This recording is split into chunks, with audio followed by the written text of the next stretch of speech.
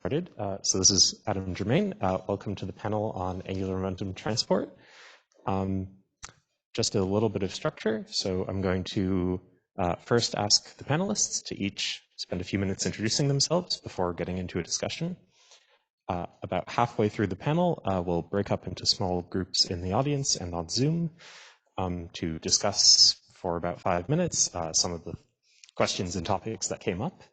And then we'll report back and then resume discussing as a large group. So with that, would our panelists like to introduce themselves? Yeah, okay, hello. Okay, should I start or are you okay with that, Petri and Paul? Okay. So hi everyone. So I'm Gehan. I'm from the Max Planck Institute for Solar System Research in Göttingen, Germany. So I'm specialized in observational asteroseismology, more on a layered scale perspective. So I have been working mainly on red giants, and I'm using their mixed modes to measure their co-rotation rate, as well as the inclination of their rotation axis. Also, I'm working on detecting solar trap oscillations among TESS targets through the measurement of nu max and delta nu. On another subject, I'm using spectroscopic data also to measure S indices for red giants. So the S index traces the chromospheric magnetic activity, basically.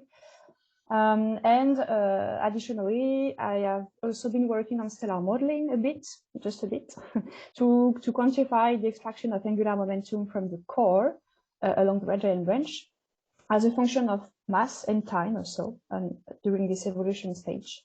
And to do that, I use the available measurements that we have of co-rotation rates and the red giant branch. So that's basically it from my side.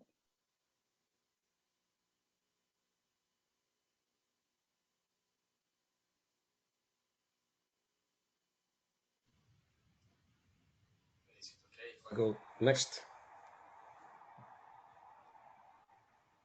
Okay, I'm Petri Käpylä. I also work in Göttingen, Germany, in the neighboring institute at the university. I mostly work on theoretical models and simulations of turbulence convection dynamos.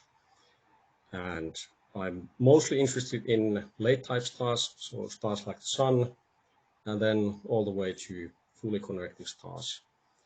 And yeah, maybe now and then also interested in giants. That's about it.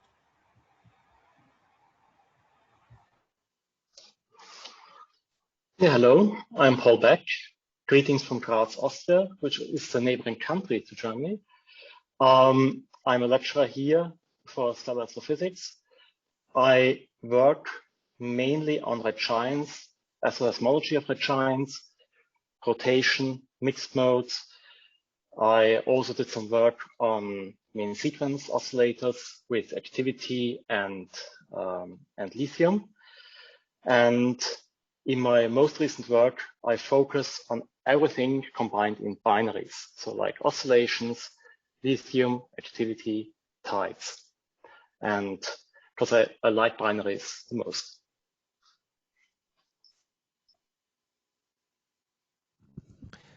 Okay, so let's now start the discussion. Thank you.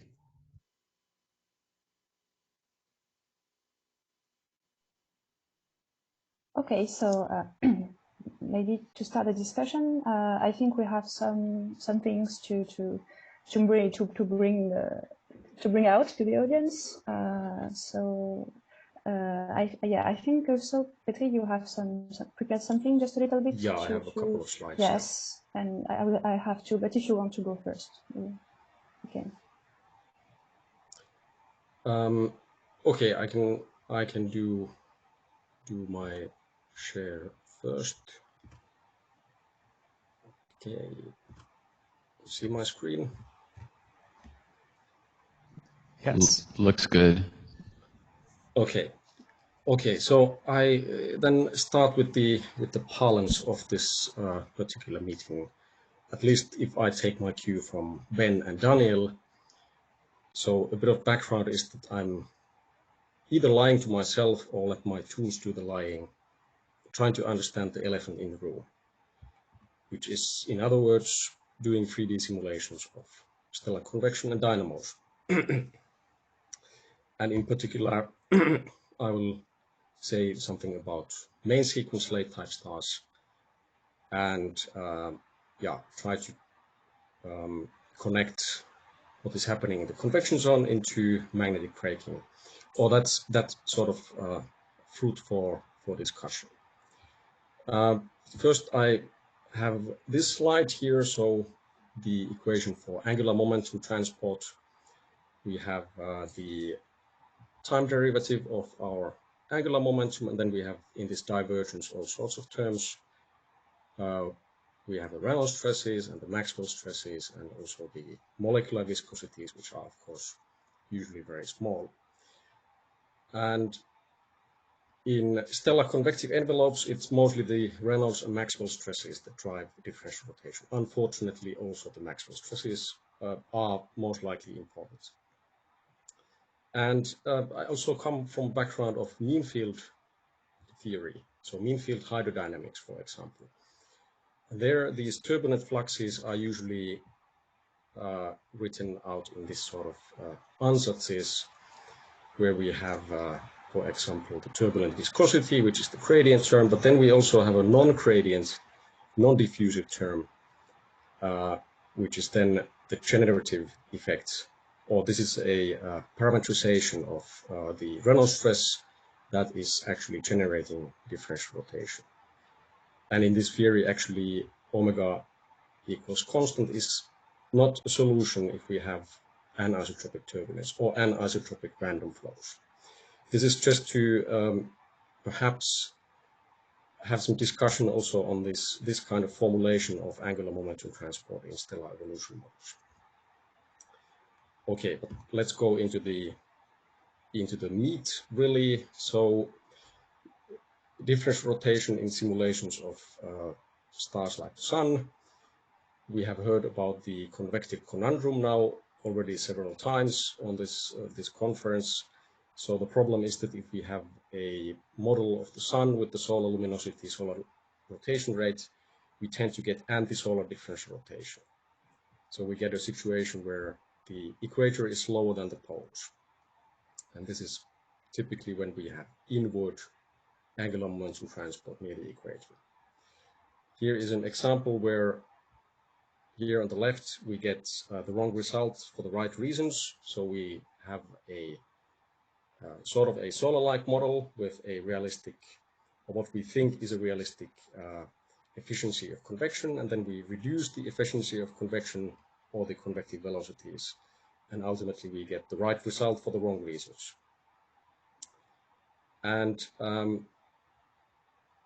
this other plot here is from a recent paper by Hideyuki Hotta, where he was doing high-resolution simulations with magnetic hydrodynamics, and he finds that you have to go to very high resolution to get a solar-like differential rotation profile with solar parameters. Why is this important to have the right kind of differential rotation profile? This is because it's a necessary condition to get the dynamo right. It is not sufficient, but it is necessary. And the dynamo solutions also depend greatly on the rotation rate and also on the differential rotation that is generated in the simulation. So I have a few examples here from different groups. So for very slow rotation, for very high Rossby number, we tend to get anti-solar differential rotation and quasi-static magnetic fields, whereas in a intermediate rotation regime where Rossby number is of the order of unity or actually smaller, of the order of 0.1, there we have these axisymmetric, mostly axisymmetric cyclic dynamos. And at rapid rotation we find also non-axisymmetric magnetic fields, but also cases where the field is dipolar. And this is particularly for fully convective stars. And where I'm getting at here is that we have all of these numerical simulations, and often these are sort of like spot checks at some parameter values, and we have often very limited way of comparing these to real observations. And one observation that I want to highlight here, and this was already mentioned today by Savita in the previous talk, is the magnetic braking, which appears to slow down very significantly for old stars. And you see that the sun is here just getting into this regime, which might also explain why we have such difficulties in reproducing the differential rotation, because maybe this transition is really close to happening in the sun.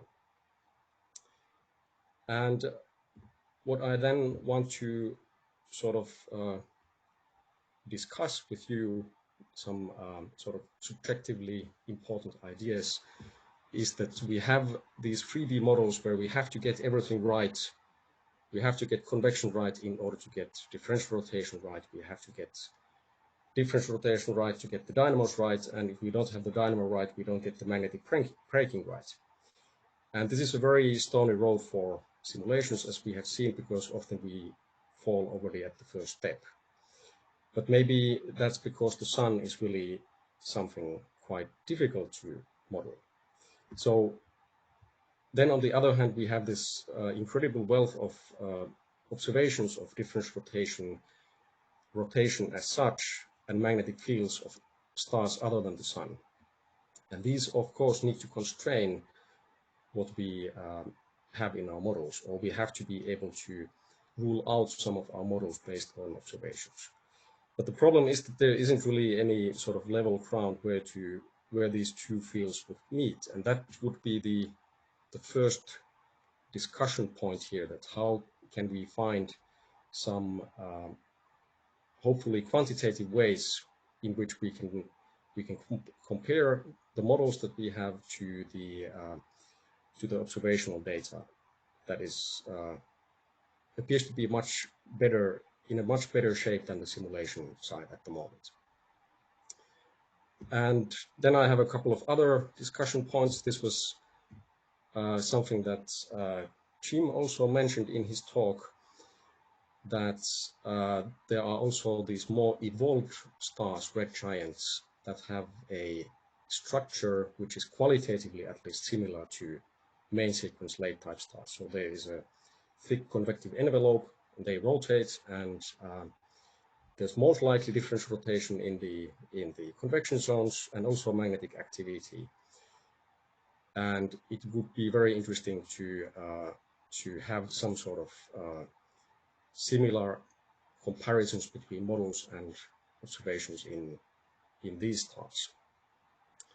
And finally, which is probably going to be something that we will not solve in this meeting, is that how can we distill all these turbulent effects, convective dynamos, and the resulting magnetic braking into 1D stellar evolution models.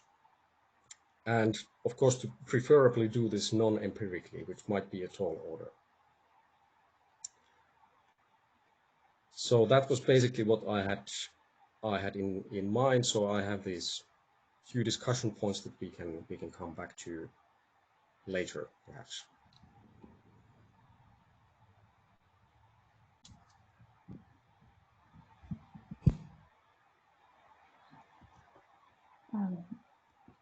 Okay, great.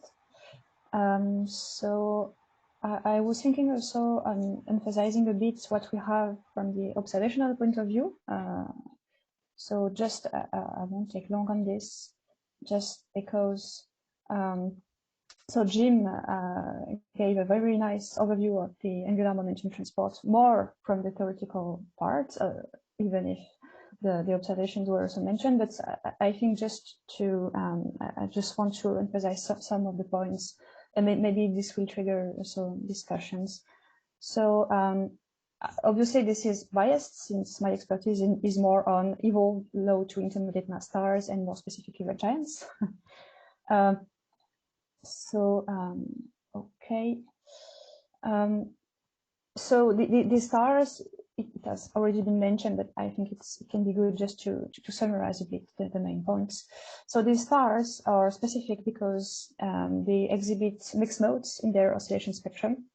So these mixed modes result from a coupling between the pressure waves propagating in the convective envelope here and gravity waves propagating in the radiative interior. So this results in giants having a rich oscillation spectrum. So here an example where basically all the modes have a mixed character except the radial modes with an angular degree of 0. And in particular, you can see many dipole modes, which are the most, usually the most prominent modes with different P and G characters that you can quite easily study for giants. So these mixed modes offer us the unique opportunity to derive observational constraints on the rotation of stellar cores for red giants, also for subgiants. So rotation basically splits oscillation modes in the spectrum, which have different azimuthal orders. So we have rotational splittings that then we can measure.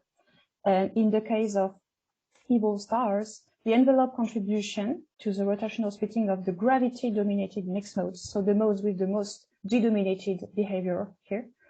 So this envelope contribution is negligible. So basically, if you just focus on these G-dominated mixed modes, you measure their rotational splitting and you have an estimate of the mean core rotation rate directly.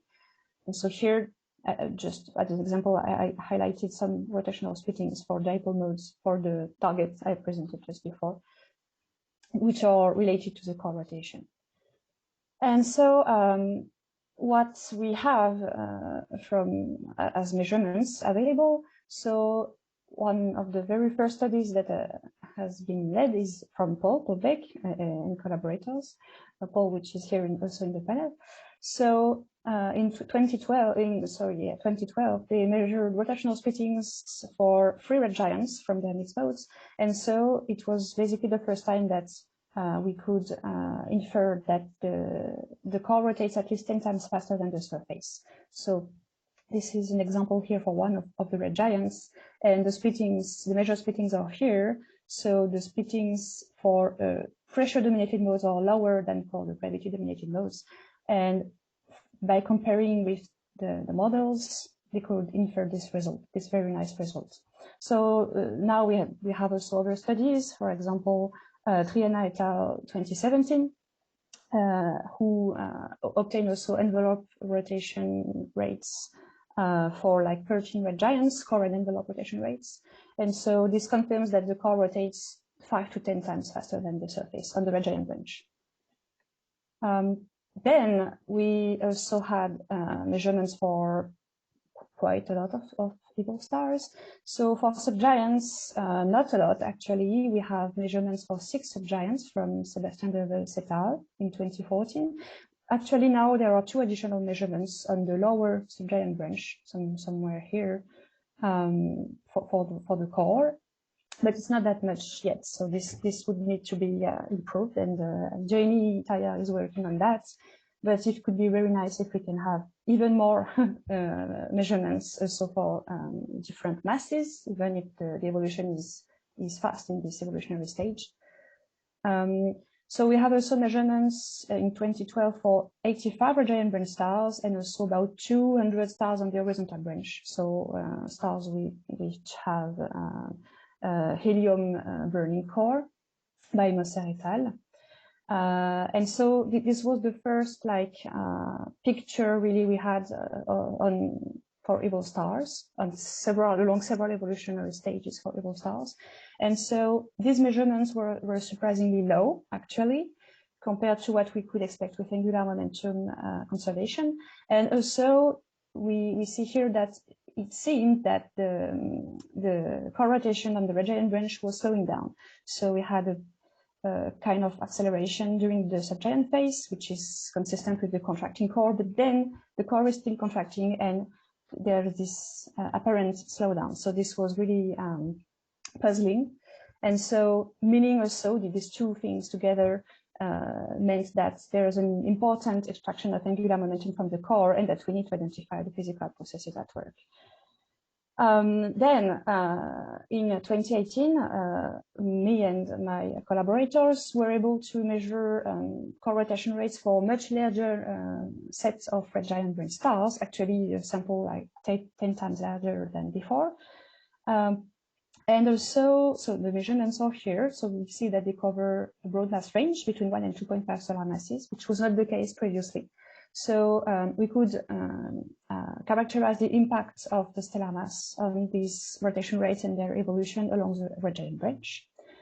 Regarding the evolution, we also defined another parameter for the proxy of evolution along the red giant branch, because the radius is not optimal, because you have, of course, a link with stellar mass, and so it's not a fairly good proxy really on evolution.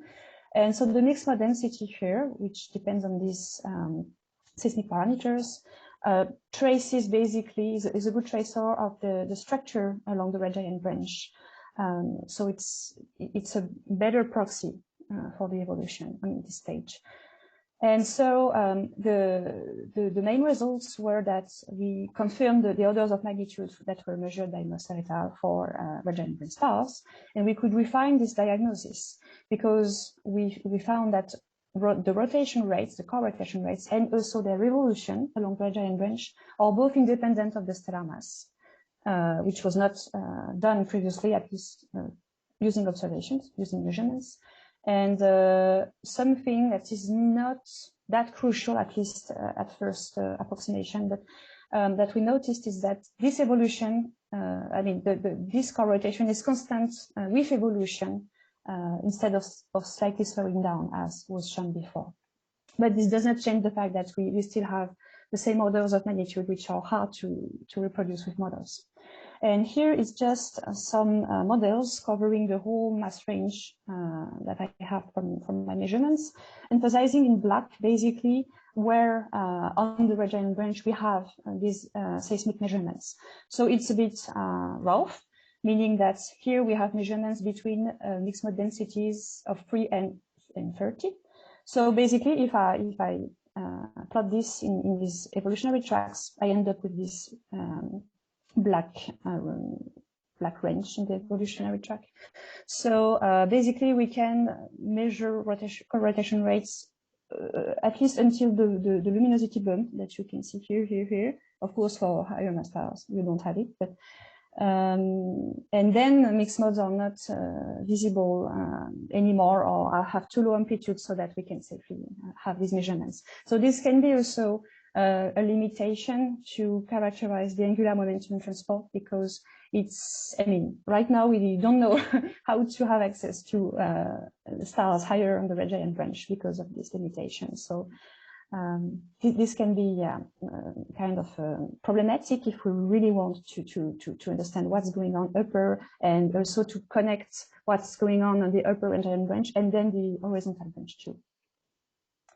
And just something just to mention, because this has not been mentioned so far, I think, there are also some other modeling works which are not directly trying to identify the physical mechanisms at work, transporting angular momentum, but rather sketching their properties, basically.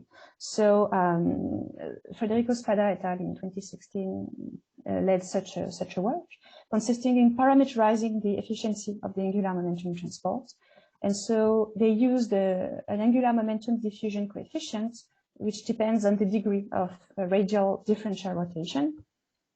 And what they found is that in order to reproduce measurements of the core rotation for subgiants and also red giant branch stars, rotation needs to remain rigid well after the terminal edge main sequence here, at least until basically the beginning of the subgiant branch.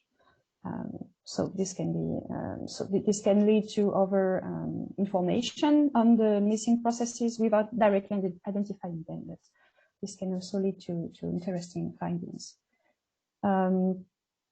So yeah, that was basically the idea. I just wanted to put up some additional observational things. So yeah,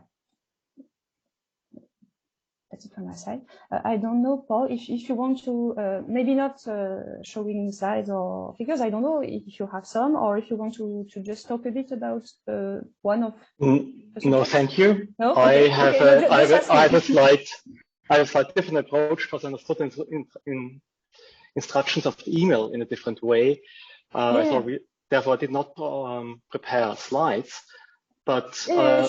you both did a very good job in showing the latest work especially on red giants. So thank you for that. And I would just like to like for discussion. With red giants, we have the problem that the models accumulate all the inaccuracies, all the wrong assumptions or the inaccurate assumptions, all the challenges in the models that are actually affecting on the mean sequence. But on the red giant, so they reflect what we know or we don't know about the mean sequence. On the red giant branch, the evolution goes very quickly and is basically dominated by the core properties. On the other side, red giant stars are very powerful targets for seismology. Well, because of the mixed modes, we have a full seismic picture of the stars. And my food for thought of a discussion would be, what are the observables or quantities we should extract from the red giants in order to advance on the mean sequence? And what are the challenges? And to be perhaps a bit provocative, are binaries always the golden grail? Or do we need to be careful when generalizing stars that are gravitationally interacting for single stars? In particular, for shorter binaries, the tidal interaction will change the angular momentum distribution, as you see from lithium in short stars, or activity. How does that change our understanding for the full region in the Hertzsprung-Russell diagram? And with that, I'm already done with my point, and then back for the discussion.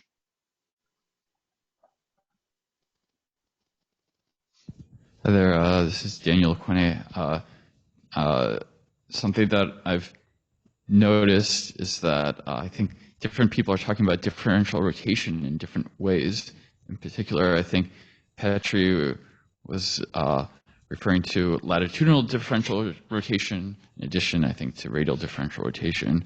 I think when we're talking about astroseismology, it's a lot about radial differential rotation.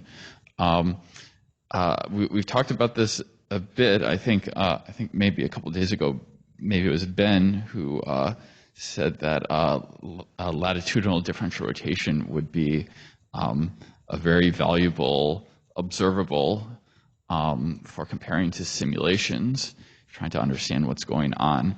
I just wanted to get back to that, and I mean, is this something that's actually possible? Is this, or I guess maybe what are the techniques that could be used to measure that, and do we expect to get believable answers on latitudinal differential rotation in the future? Yeah, so it's not easy, of course, because we don't have as many angular degrees as for the Sun for other stars. We are limited to angular degrees up to 2, basically, whatever it is on main sequence stars or red giants. But I know that it's possible in some cases. There's a study from Ottman Benomar et al. In 2018, so where they studied 13 solar type stars on the main sequence, and so they were able to infer the latitudinal differential rotation. And so, if I remember well, I think they found solar-like differential rotation, meaning that the equator is rotating faster than the poles for the 13 targets. So it's feasible, but just for a few stars. Then for red giants, actually, this is something wondering, I mean, I'm not an expert on this exactly, even if I'm doing observations, but since we need the quadruple modes, and these are mixed modes for red giants, we would need specific targets where we can really identify those modes, and so the rotational splittings of quadruple modes. And I think it should be more feasible for subgiants or stars on the low red giant branch than for more evolved red giants. But yeah, I don't know to which extent, honestly. So I don't know if someone else would like to comment. Yeah, perhaps. Yeah. Perhaps a jump on that. Okay. Well, I'm also observer, but for red giants, they are big and slowly rotating. So the shear level is, unless you have any like a close interacting star or some other force, I think it actually is pretty low. And the only other option, well, we hardly see, well, we hardly see any mixed modes for L2. We don't see many L3 modes, so we are quite limited. And as higher you go, the less modes you have. So it's getting more and more difficult. And the sensitivity of the kernels is basically convective envelope and the core. So we are very limited in sensitivity. Where we have additional information is when we have spots. But there we have a challenge, observational constraint, because a typical red giant at the bottom of the red giant branch rotates on the order of 100, 200 days, and it doesn't get better. It takes longer and longer as higher it goes. So to find differential rotation, you need to resolve the light curve. And at some point, even somewhere in the middle of the red giant branch, you're already limited by the length of Käpylä of 4 years, because the rotation periods get too long and you cannot really see the migration of spots. And on top of it, you hardly find spots along the full red giant branch. You find, it seems that you have an activity belt around the first stretch up, but when you go above, you don't see it, and you need a second body to actually induce it. And then the question is, how much can you generalize that result to a single star? Yeah, so Rafa Garcia, if sorry. you can jump in, or I don't know. Yeah, so yeah, go ahead. Yeah, to summarize what I think I have said several times during the conference, if you want to go for latitudinal differential rotation in the surface, as Charlotte said, you need higher degree modes. You need L equal 2s, 3s, 4s, so on. So you need basically the quality of the best targets we have in Kepler, which is 16 sig and company. And then you can have some differential rotation, latitudinal differential rotation for those targets. Then we have to probably make the difference of how much resolution do you want. I mean, if it's just, as Othman Benomar did, just basically sensitivity of something towards the pole, some things toward the equator, that's one thing. Other thing is you want an inversion to have 10 points there, so that's a second thing. Then we have to jump to the stellar imager, so meaning putting a telescope in space and having up to L equal 10, 12, 20. Then you have all of these. Then if you go to the radial differential rotation and you also want latitudinal radial differential rotation, again, in that case, you need mixed modes of L equal 2, 3, 4, 5, 6. That's nearly impossible, again, unless you have a stellar imager somewhere flying. My last comment is on what Paul says. So if you are lucky enough to have a red giant spinning 100 days, something like that, you do not need a Kepler satellite. You can do it with one observation every week or even every month from the ground, because the rotation is so slow that you can measure very sparse and you can reach it. Of course, it's a matter of signal-to-noise ratio, etc. Not all the giants have spots. We know that. We have 300 out of 13,000, something like that. And then they are probably binaries, etc. But I mean, there are things that we can do from ground, and there is a bunch of 2-meter telescopes that are not used. So that's something that maybe can be done. Well, on the spots on red giants, yeah, they have long enough to be monitored perhaps from the ground with a low cadence, but the amplitude is difficult. So they need to reach an amplitude of about millimach that you even see a variation, and that is challenging. One other thing to mention, there's a difference between red giants and the sun, or solar-like stars in the distribution of spots. While the spots on the sun are quite randomly distributed, on giants, you normally have very big spots on the opposite side. So, so you only have perhaps 2 large groups of spots, and it's difficult to really get a clear signal from that. We have a few people in the room, but maybe Petri can go first. Yeah, I just wanted to comment on the thing that the red giants are, of course, they are very big, but also the length scales in convection are much larger there, because the pressure scale height is much bigger. And this means that if you have a rotation period of 100 days, for example, the Rossby number is still can be of the order of unity or even smaller.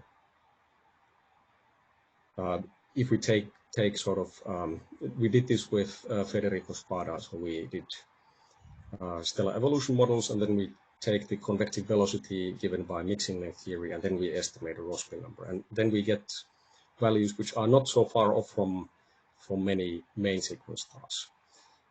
And in addition to that, there are some stars, red giant stars, where chromospheric activity is also detected, and this is also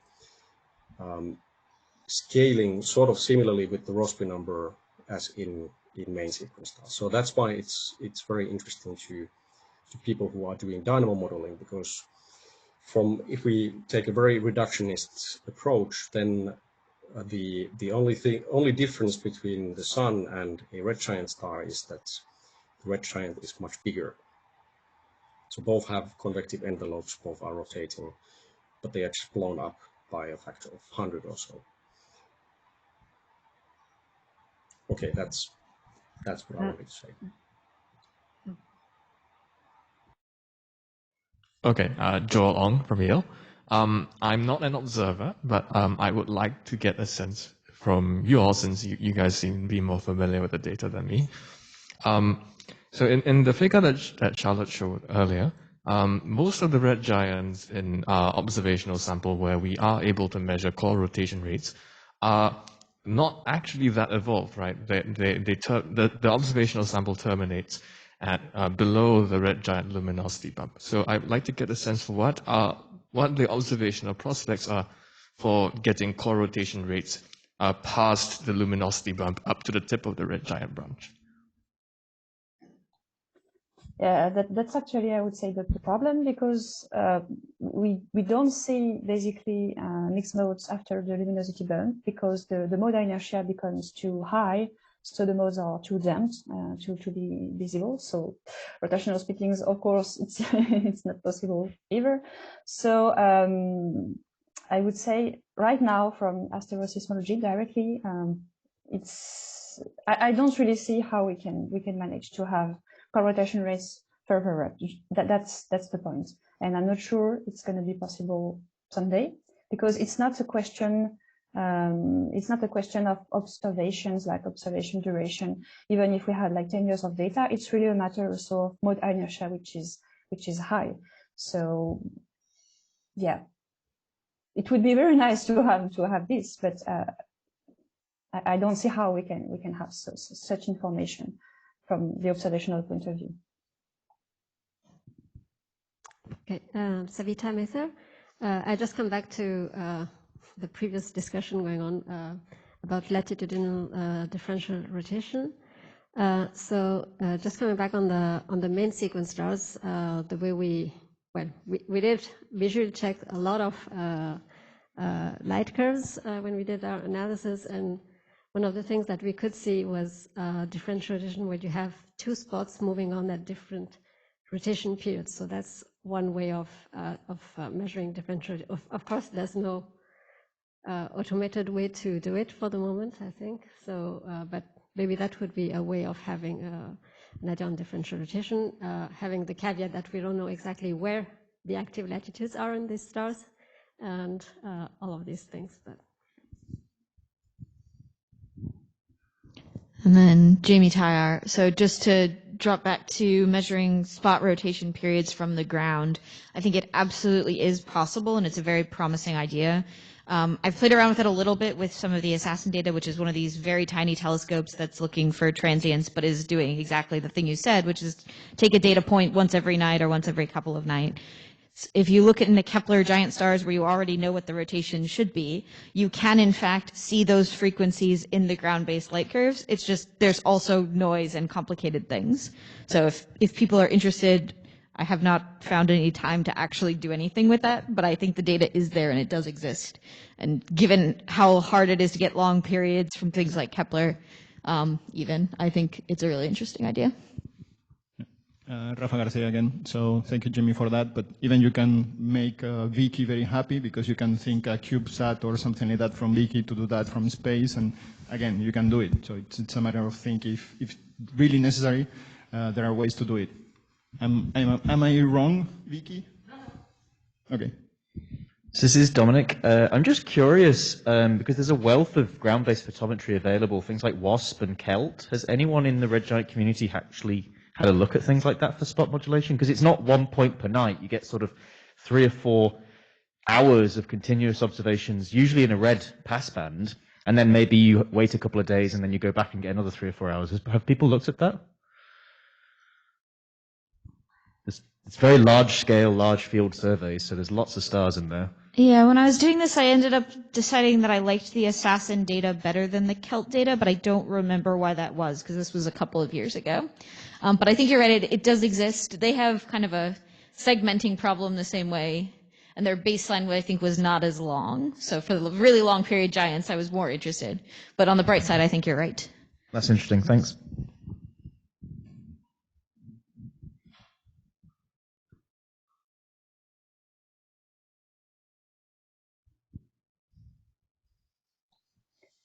So about the spectroscopic surveys, I have actually been working a bit on, as I mentioned at the beginning, on spectroscopic data. So not for modulations and just by spots, but to measure the chromospheric activity. And I'm working on that for red giants.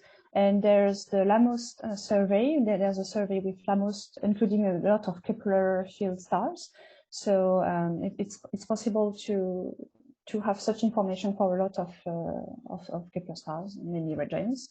And so, I mean, it's something I've been starting to work on quite recently, but I think it can be really interesting to have such information for all the stars with rotation rates, either core rotation rates, surface rotation rate, etc., linked to the activity. So, of course, this would tell us some information about what happened in the chromosphere for the magnetic field, so not inside directly the star, but we can have also the photometric activity, so the photometric index, sorry, for the photospheric activity. So,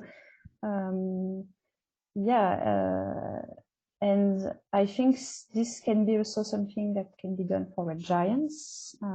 So I know this is something that has been done extensively for main sequence stars, but for the photometric index, I think it could be also feasible for red giants. I don't know if there are many main issues to do that on red giants, but yeah, from an observational point of view, I think this could be a way to go to dig a bit into this magnetic activity in some magnetic fields, but yeah.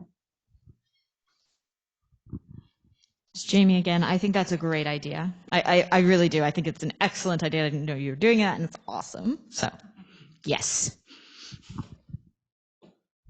And so, yeah, I was wondering, does someone, maybe Savita or I don't know, some people working on that have already tried to measure this photometric index for red giants, or only for main sequence stars? And if only for main sequence stars, I mean, why? Savita later. Yeah. So yeah, I mean, we measured rotation periods for 300 red giants with Kepler. Yeah, yeah. So we have the SPH for these ones. Yeah. Yeah, Rafa Garcia, so I can go even further than that. So the survey we did, it's the Cellier et al. 2017 paper. We measured, we analyzed 13,000 red giants, and we only found rotation on 327, I think. For the other ones, the variability is mainly dominated by the pulsations, not the magnetism. So the photometric, I mean, we don't have a rotation period, that's the point. So we can have a variability, but this variability is mostly due to the pulsations. Giants are huge. So unfortunately, directly from the Kepler data, we cannot do anything. But it's only 13,000. There are still 7,000 to 10,000 waiting. And we have the data, and we have to go back and check all of them. And then, of course, we have a spectroscopy. So, yeah, I think your idea is great. Unfortunately, from Kepler only we can't for many of them, but we only need probably a few of them at least. And this would be really good. Yeah, sure. Okay, great. Hi, Vicky Antoji here. I have a question. So the Kepler field has been observed by TESS, and I'm aware that the TESS pixel sizes are a lot larger. But I wonder if there are any targets that where you can actually use both types, like the Kepler as well as the TESS data, to have a very long baseline, for especially these slow rotators.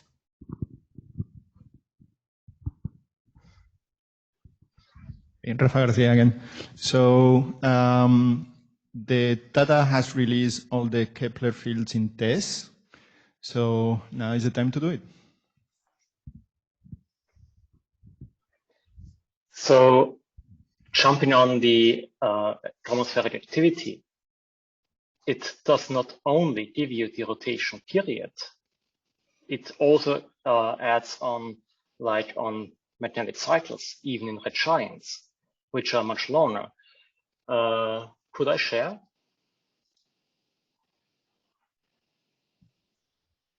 I think that should be this is a 10-year time base on one of the red giants in the Hyades. And what you see here is a 140-day modulation. And you see, this is 2010, this is last year. You see that this is also modulated, which could be interpreted as activity, as well as activity cycles. I would like to issue one flag of caution. When we have magnetic activity, we have large regions, which are mainly seen in the chromospheric activity, but we also have spots, which are then seen in the photospheric dominant lines. And what we call radial velocity is just kind of how symmetric or asymmetric the line is. And if we have spots that are large enough, they can produce a radial velocity modulation on the same period, depending on if it's S index on the chromosphere or if you take it from the photospheric lines from the photosphere. That looks like a sine curve. And it might be very tempting to take this and publish it as a planet.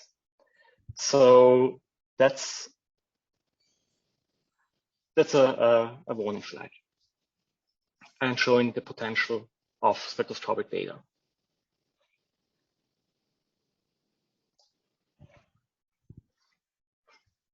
So to Vicky's point, I think, Jamie Tyre, to compare the TESS and the Käpylä data, there are, I think, 127 or so with oscillations that look the same more or less in both.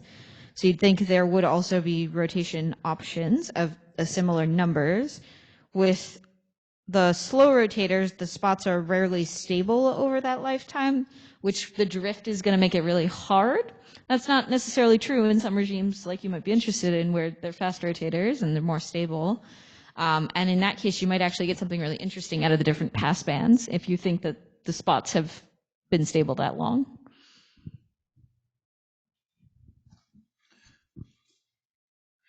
This is Daniel Lequene. So I heard Paul say something about like activity cycles or something like that. And well, we know that these occur in the sun. That's pretty clear. I was wondering if Petri or maybe other numerical modelers could say something about trends of activity cycles, like timescales, for instance, with different properties. If there's any theoretical evidence. I mean, I think Petri pointed out that we don't really even understand the sun super well, but maybe there's some trends that we might have greater confidence in. So maybe Petri, or I don't know if there's anyone else here who could comment on that. Well, there are certainly some trends, and we tend to see these cyclic dynamos in this intermediate rotation regime, somewhat faster than the sun in the simulations, because we can't really do the sun correctly. But if we go to more rapid rotation, slightly more, then we tend to get these cyclic solutions. And but then we also often get non-axisymmetric magnetic fields, really large-scale, strong non-axisymmetric magnetic fields, where the cycles can be then quite different. So in the sun, we have this latitudinal migration of the activity belts. But if you go to these non-axisymmetric solutions, which happen at maybe 5 to 10 times more or faster rotation, there you have these non-axisymmetric large-scale structures that actually drift not in the latitude but in longitude. And there the timescales are often then much longer. So these predominantly axisymmetric cyclic solutions, they also have activity periods which range from a few years to a few decades. It's not really that obvious if there is a clear trend in that sense in these activity cycle periods, and it seems to be also somewhat sensitive to the details of your model. For example, the Prandtl numbers and the Reynolds numbers, all these dimensionless numbers, they also then come into the play. And to me, it seems obvious that the simulations currently, they are not in any sort of asymptotic regime in the sense that if we double the resolution, we still get the sort of the same large-scale features from the simulations. We can also get something which is quite different. And there is probably still a way to go before we are in that sort of place. However, there is a clear trend in that we see, irrespective of numerical scheme or code, that there is a transition from these sort of quasi-stationary dynamos to cyclic ones, and then to the axisymmetric ones at very rapid rotation. So that seems to be a quite robust result. Jen Van Saters. I can say some controversial things from the observational side. Spice must flow. Yeah, there's some spice here.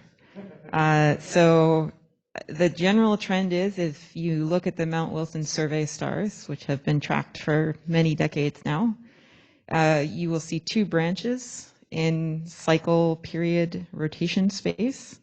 One of those branches often has a star on the lower branch, so there's some complexity there. We focus on the one branch that we think is like the clearest. There's a tendency for, as you rotate more slowly, to have a longer cycle period. But if you also look at that branch carefully, you realize there's nothing on it with a Rossby number larger than the sun.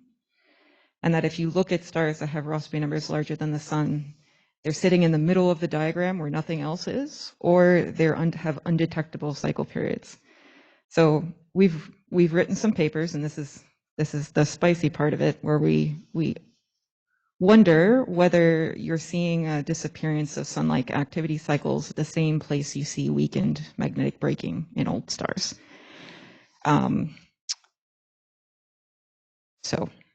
So the commentary to that might be is if you're looking at simulations of dynamos, if you are willing to believe or at least entertain the idea that the sun is some kind of object in the midst of a dynamo transition, perhaps those dynamo models have not necessarily hit the mark where they're seeing exactly what the sun would be doing. So it would make it harder to interpret those models in the context of the sun. Yeah, I think that that's a good point, because it might really be that the sun is special in that sense, that it is really a difficult case to model. And it's clear, at least from the current simulations, that we don't really see this transition at the same Rossby number. So we see already a transition at rotation which is more rapid than in the sun. But that's a problem with the models. It's clear that this convective conundrum, which has been mentioned many times, that we have way too much power at high or at large horizontal length scales in the simulations in comparison to the sun, that must also affect the differential rotation, which we clearly see, but also the dynamo solution. So there isn't really a simulation out there that can reproduce what the sun is doing, not with the same rotation rate at least. And that is clearly something that we don't really understand very well at the moment. And it could be simply that it's that we are just still at too low resolution, or that there is some other parameter that we think that we have it correctly, or that it's insignificant, but it actually plays a major role. Savita Mather. So I just wanted to mention some works we've been doing on looking for activity cycles with the Kepler main sequence stars. So okay, it's very hard. So we've been looking at fast rotators, fast meaning rotation period below faster than 10 days, and it's a bit surprising that we're not finding easily cycles for these fast rotators. I think that's something we would expect from the theory. There've been, and also I also wanted to point out that there have been some claims of magnetic activity cycles found in these fast rotators, but looking at the data, we found that this mostly coming from beating of frequencies, very close frequencies that are creating a beating that's not a cycle, but just something else that we're observing. So. Okay, I think this is a good time to pause and organize into small discussion groups. So for the people in the room, if you could talk to your neighbors for about 5 minutes, talk about angular momentum transport, questions you'd like to ask the panel, comments, and then afterwards we'll come around with the microphones and ask you to report back.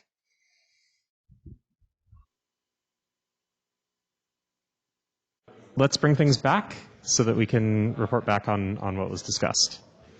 So I'll come around and ask someone from each group to say something about what was discussed.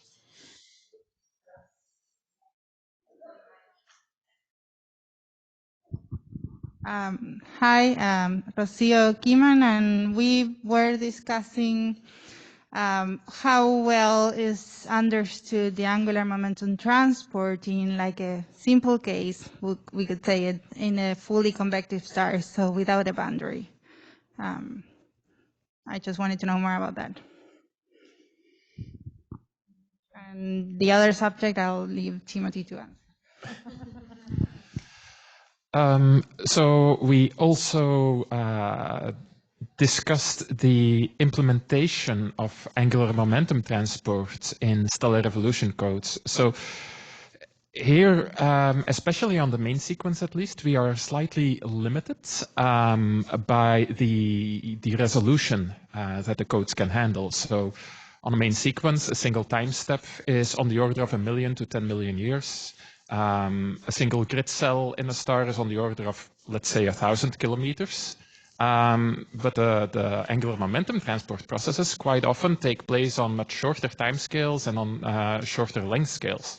So that if we just implement them or turn them on in the evolution codes, we often end up overmixing some of the grid cells, undermixing other grid cells, and that just ends up introducing a lot of noise in the stellar structure profiles, at least on the scales that we need for astroseismology.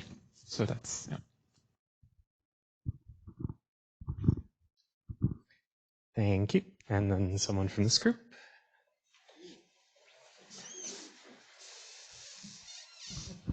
I asked whether you got some angular momentum. Oh, my name is Adrian Fraser.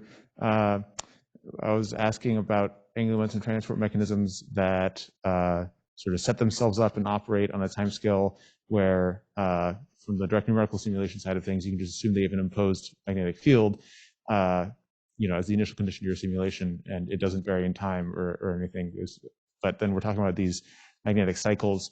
And it sounds nightmarish that there's that some angular momentum transport mechanisms, like the time derivative of the magnetic field, is going to be important.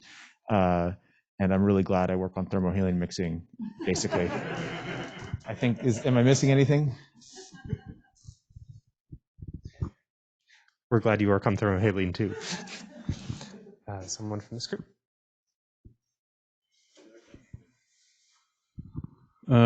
Tim Cunningham here. We were discussing the spin rate of the cores of red giants and how they're much lower than the spin rates of isolated white dwarfs. And we were just discussing what mechanisms might drive that, but we didn't reach any conclusion yet. Is that all? Yeah. Oh yeah, no. No, I think that's it.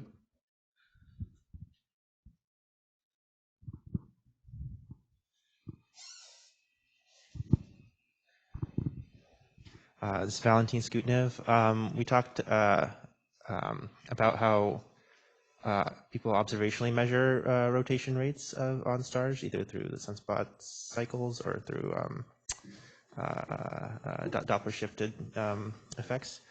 And then we talked about kind of how angular momentum is transported all the way from the outside of the star to the inside of the star through magnetic braking, and then through the convection zone, and then through envelope and radiation zone coupling effects.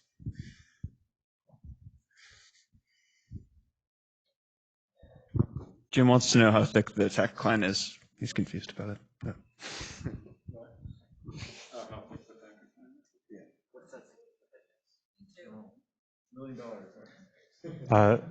Lots of people in the room without mics have said that they want to know how thick the tachocline is and why.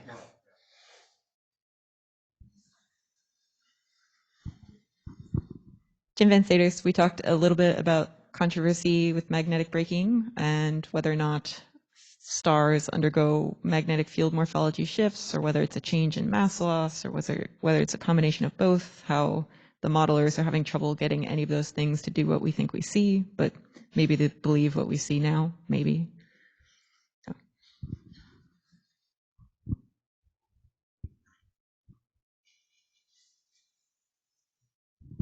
So this is Linghao Ma from Caltech. So we talked about how we can use the results from 3D simulations to help us better understand the angular momentum transport. Because as people know that many transport processes depend on nonlinear effects of instabilities or shears or these kind of things. And for 1D models, it is impossible to resolve all of them, so we may introduce some effective angular momentum diffusivity or this kind of things. But it would be helpful if we can simulate a more ideal case in a 3D simulation with a little box inside a star and to study the effective diffusivity, like that kind of things. And we were actually discussing about the follow-up work by to Jim and me, but unfortunately, I just noticed that it was not very successful. I don't know. Yeah, maybe Jim should talk more about this. But we still think this is a direction that we should continue working on, even if it may not be very easy at this moment. And do you want to add, Joe?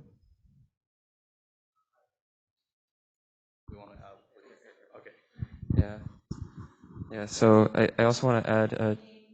So JJ Zanazi, Sita. Yeah, I also want to add that Joel's also working on some really cool stuff, where he's arguing that you can directly constrain the rotation profile in stars by looking at the propagation of gravity modes as they go in. And I'm talking about it because he's on the job market, and it's a part of his job application. So hire him. That's a.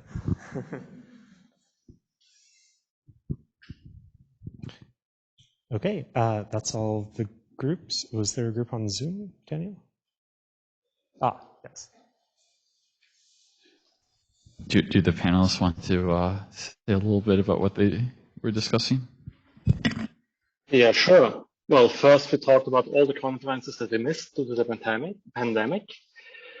And then Charlotte and I used our chance to talk to a modeler about 3D convective modeling. And it was a very interesting discussion. And I think we learned a lot.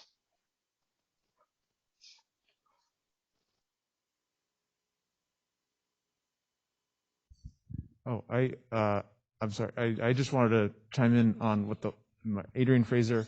Thank you. I just wanted to chime in on what the last group said, and I may have misunderstood, but it sounded like they were saying that we should be doing 3D simulations of shear flows to look at angular momentum transport. And I think.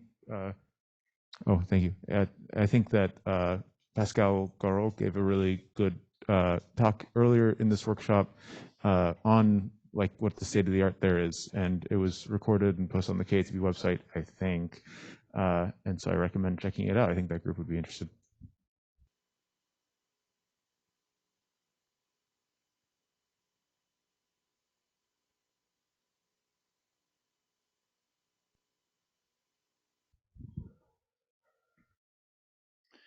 Any thoughts on any of those subjects? Mathieu? This is Mathieu. I have a very broad question for kind of anyone. Does angular momentum transport, might it change depending on the sign of the gradient of the angular velocity? Like usually when we think of a star, it creates differential rotation because the core contracts and spins up. But what if I have a star that is accreting mass and it's the surface that spins very fast and the interior that is trying to catch up? Like, does that matter at all? Is it safe for me to try to apply the same very uncertain prescription that we use in the other case?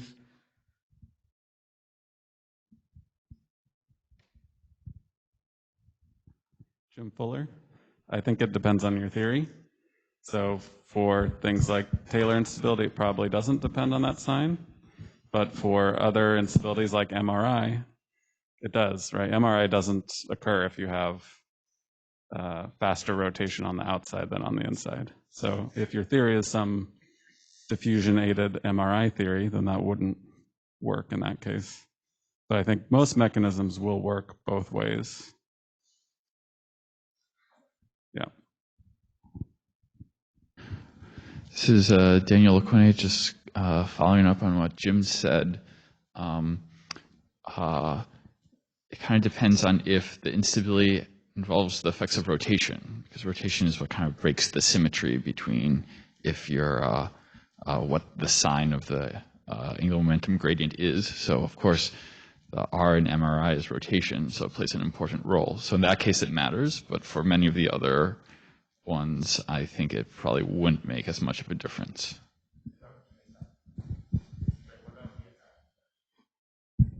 All right, what about GSF? Valentin Skutnev? Daniel Quinn again. I don't think GSF cares about rotation. Adrian Fraser here. Daniel's saying that because I told him that a couple weeks ago and I was dead wrong. GSF does care about rotation, and I misinformed Daniel earlier. Does it care about the direction of the Mike? Does GSF, Jim Fuller, does GSF care about the direction of the shear, whether it's increasing outwards or inwards? Adrian Fraser. I'm not an expert. The other Adrian is Adrian Barker. And off the top of my head, I think, the answer is yes. Pascal has a recent paper, Pascal has a recent paper that's kind of cool where there's sort of a Kolmogorov flow setup with rotation, and in the part of the sine wave that corresponds to one sine of angular momentum transport, you get GSF, and in the part of the sine wave that corresponds to the other part, you don't, I think.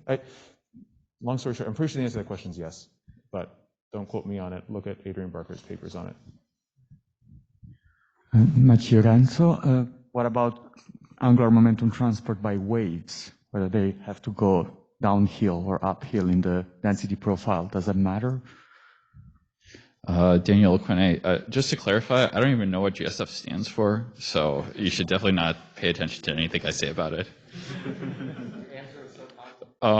As for waves, I do know something about waves, and I would say that the effect of rotation on waves, I would expect that to not be very important, so that the wave interaction into a prograde versus retrograde flow would be similar. To leading order, at least.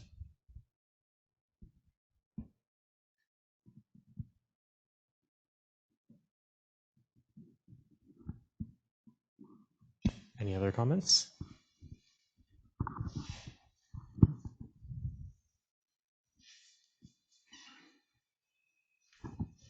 Jim Fuller again. One thing I wanted to mention, which I didn't spell out very clearly in my talk, but it's very hard to understand the scatter in core rotation rate measurements that we see in the data for almost any theory. Right? You see from like Charlotte's results that there's a factor of 10 scatter roughly in the rotation rates of red giant cores. And things like the Taylor spheroid dynamo or the modified version of it that I've worked on, or the power law convective rotation profile, almost all those models predict a pretty narrow range in rotation rates. So it's very hard to understand the large amount of scatter that's observed. Gravity waves, I think, are one mechanism which does predict lots of different rotation rates, but whether or not that could account for that is unclear. And so, I think I have a question for you, Jim. So I think it's a bit naive, but so you. Sorry, Charlotte, we don't hear you very well. I don't know if you can make your mic a bit closer to your. Yeah, I will try. I don't know why. Yes, that's much better. Okay. Perfect. I don't know why it was okay before, but okay. I was asking you, Jim. I think it's a bit naive, maybe, but I saw that you used a 1.6 solar mass model to reproduce the measurements for red giants and white dwarfs, if I'm not mistaken. But like, did you try several other masses? I think so, but. And so do you have the same narrow range of predicted correlation rates for red giants, even with different masses, like up to, let's say, 2.5 solar masses, as I have in my sample? Yeah, we tried different masses. We tried different initial rotation rates. We tried different values of that alpha parameter. And to first order, everything sort of converges to the same rotation rate, except that that is set by the alpha parameter. So you can get different core rotation rates if you change that alpha, but then you have to explain why some stars would have different values of alpha than others, which would be very hard to explain from first. Yeah. Okay, I see. There are some minor trends with mass in terms of core rotation rates, but typically what you see in the models is they sort of all converge to almost the same value by the time they get onto the red giant branch, which is not what we see in the data. We see big. Okay. Hi, Beck and Tochi here. Jim, I also have a question for you. So maybe you answer that. When you say you looked at different initial rotation rates, you tried to reproduce what we observe now on the main sequence, where we have from very slow to almost breakup velocity in early F stars and A stars? No, we didn't look at reproducing main sequence. We just started stellar models from different main sequence rotation rates and looked at the core rotation rate that's predicted on the red giant branch. That's the main thing we were looking at. Because I would naively expect that you see I mean, if the stars are very different on the main sequence, that they will still be somehow span a large range also on the red giant. But maybe it's just me being naive here. Yeah, so that's because of the model. So we would predict if you start with different rotation rates on the main sequence, you maintain different rotation rates on the main sequence as long as there's not magnetic braking. But what happens is this transport mechanism is very sensitive to the actual rotation rate. It scales with that cubed. So you tend to get a convergence. If you have large rotation, it means you have large effective viscosity. And so you spin down the core until the rotation rate is low enough that now the viscosity isn't important anymore. So that's why the models tend to converge. And that's a problem for matching the data.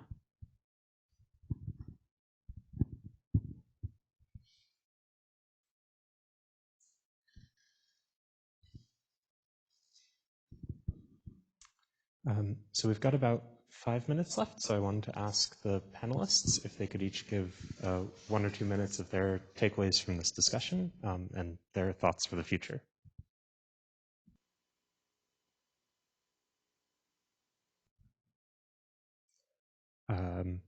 Petri, if you'd like to go first. Okay, I would perhaps use the same phrase as Ben and Pascal did the other day, that we should not forget the boring work. So what is important for physical understanding, at least from the modeling point of view, is that if you do a too complicated model, you have a very hard time understanding what it's doing. And if you do just one model, one very fancy model, then you also have a very hard time understanding what is happening. So what you need to do is that there are, first of all, simpler models where you try to understand pieces of that problem, and then you might go to a more complicated problem where you at least understand some pieces of it. And but I would still also emphasize the need to try to somehow connect with observations and try to, first of all, figure out what we are doing right and what we are doing wrong, and what are the places where the models are not really doing a good job.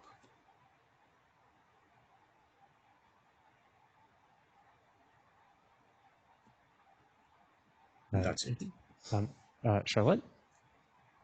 Okay. So, something I keep from an observational point of view from this discussion. Sorry, Charlotte, you're... Yeah, same problem. Yeah. Okay, sorry. It was fine before, I don't know what happened. Yeah, I don't know. Yeah.